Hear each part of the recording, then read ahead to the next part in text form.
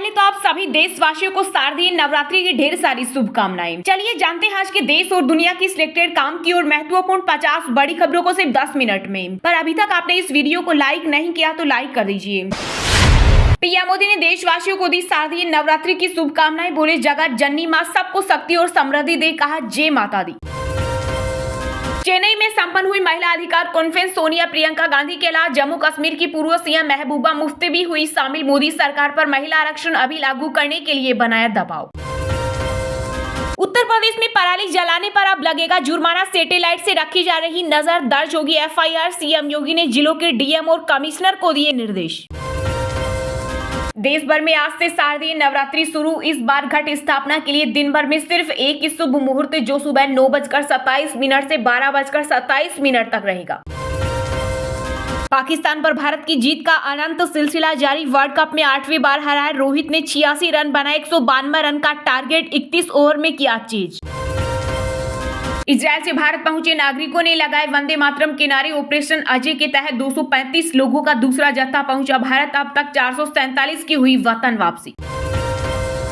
लोकसभा चुनाव से पहले कांग्रेस में सियासी उठापटक। बीजेपी को लगा बड़ा झटका। 3 पूर्व मंत्रियों समेत 8 नेता कांग्रेस में लौटे। अडानी का नाम लेने पर कोर्ट ने लगाई आप सांसद संजय सिंह को फटकार। कहा आप अपने से मतलब रखिए, वरना यहां आने की जरूरत नहीं। महिला सुरक्षा के लिए यूपी में चलाए जा रहे मिशन शक्ति अभियान का सीएम योगी ने किया शुभारंभ। बीजेपी का किला ढहाने की तैयारी। इंडिया गठबंधन अपनी पहली रैली आरएसएस के गढ़ नागपुर में करने की कर रहा प्लानिंग। चीन ने एलएसी पर बनाए सैन्य अड्डे। लद्दाख से अरुणाचल तक बॉर्डर पर गांव बसाने के नाम पर बनाई चौकियां। सुरक्षा एजेंसियों ने केंद्र सरकार को दी विस्तृत जानकारी। पंजाब में बीजेपी के 40 नेताओं की घटी सिक्योरिटी। केंद्र सरकार ने वाई से हटाकर एक्स कैटेगरी में डाला। इसमें कांग्रेस से आए कई लीडर भी शामिल। बजने लगी सेना के जवानों के फोन की घंटियां। सियाचिन ग्लेशियर में लगा पहला मोबाइल टावर। 4G इंटरनेट की भी मिली सुविधा।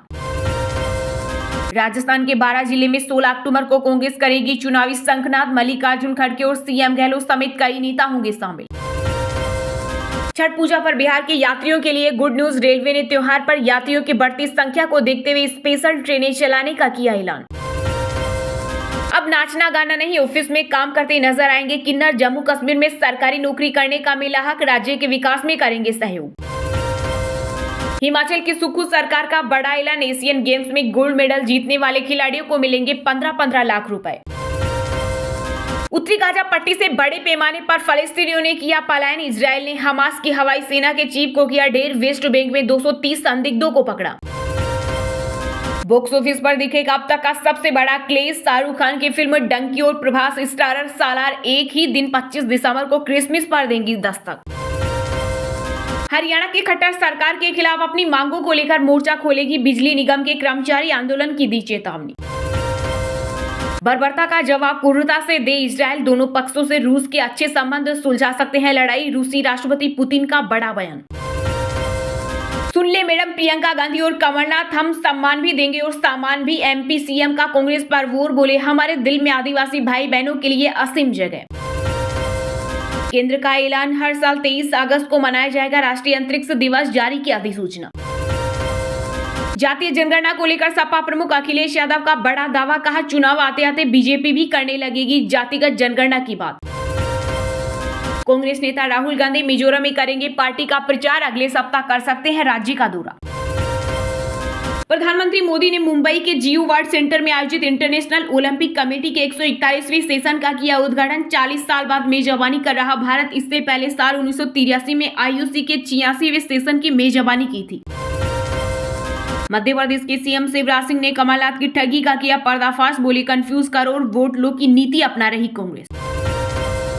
यूपी में बिजली की दर बढ़ाने की तैयारी में अमादा पावर कॉर्पोरेशन। प्रदेश में 30 से 35% महंगी हो सकती है बिजली। कांग्रेस पर निशाना साधते हुए बीजेपी ने एक बार फिर राहुल गांधी की जारी की तस्वीर में राहुल को बल्लेबाज दिखाया गया और कैप्शन में लिखा पप्पू बेचारा बल्ले को ही समझता गिटार। इंडिया गठबंधन फिर से हारने को तैयार। भारत और श्रीलंका के बीच फेरी सर्विस हुई फिर से शुरू। केंद्रीय मंत्री सर्बानंद सोनोवाल ने हरी झंडी दिखाकर की शुरुआत। पीएम मोदी ने दी शुभकामनाएं। छत्तीसगढ़ कांग्रेस के 25 विधायकों के टिकट पर लटकी तलवार। हाई कमान ने सीएम भूपेश बघेल से की चर्चा। पीएम मोदी की नीतियां हमेशा जन केंद्रित होती है। P20 में बोले सिंगापुर के स्पीकर, आतंकवाद के खिलाफ साथ आना जरूरी।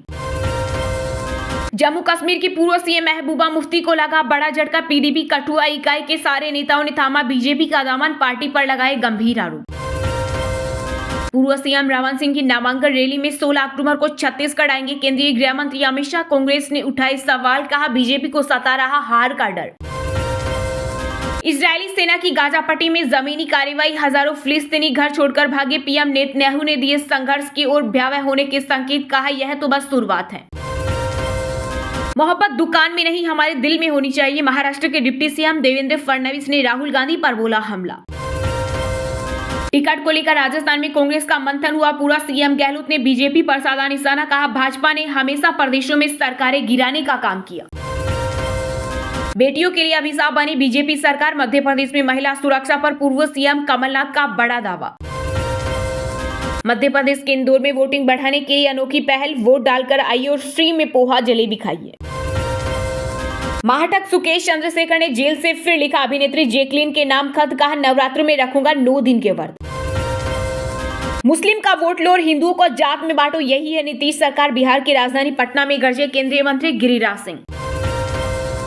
हिमाचल प्रदेश में 1.5 लाख लोग क्रिप्टो करेंसी फ्रॉड के बने शिकार। 400 करोड़ रुपए की हुई ठगी। पुलिस ने मामले में 2 लोगों को किया गिरफ्तार। जयपुर में 100 निजी लोकरों में 500 करोड़ का काला धन और 50 किलो सोना। बीजेपी सांसद किरोड़ी लाल मीणा ने किया दावा, कहा इन्हीं लोकरों में है घोटाले से कमाया गया काला धन। गिनीज वर्ल्ड रिकॉर्ड 2024 में भारत की 60 से ज्यादा एंट्री, इनमें तारक मेहता का उल्टा चश्मा और अंबानी का घर भी शामिल। राजस्थान में पेपर लीक मामले में जांच हुई तेज। सीएम अशोक गहलोत के करीबी दिनेश खोड़लिया समेत 3 लोगों के ठिकानों पर ईडी ने मारा छापा। महाराष्ट्र के मुख्यमंत्री एकनाथ शिंदे ने एमएनएस प्रमुख राज ठाकरे के आवास पर की बैठक। टोल प्लाजा सहित कई मुद्दों पर हुई चर्चा। नवरात्रि शुरू होने से पहले पीएम मोदी द्वारा लिखा गया गरबा गीत हुआ रिलीज। ट्वीट कर प्रधानमंत्री ने जताया आभार। चलिए अब जानते हैं जो आम आदमी के काम की और फायदेमंद खबरें हैं उनको विस्तार से। पर इससे पहले अभी तक आपने इस वीडियो को लाइक नहीं किया तो लाइक कर दीजिए।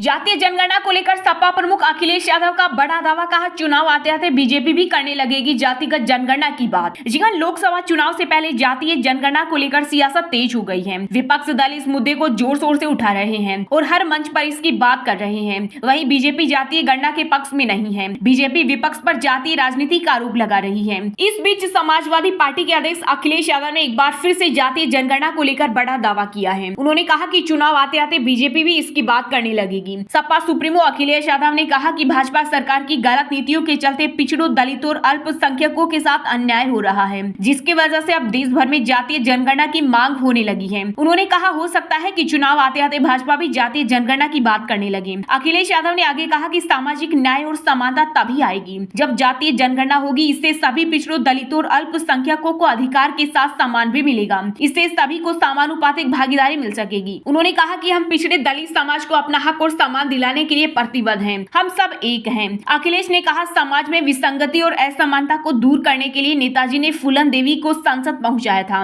भाजपा से सावधान रहना है, भाजपा के षड्यंत्र से बचना है। सपा प्रमुख ने कहा बीजेपी वालों के पुश्तैनी काम छीन रहे हैं। हमारी लड़ाई लंबी है। 2024 के लोकसभा चुनाव में हम सभी मिलकर भाजपा को सत्ता से बाहर करेंगे।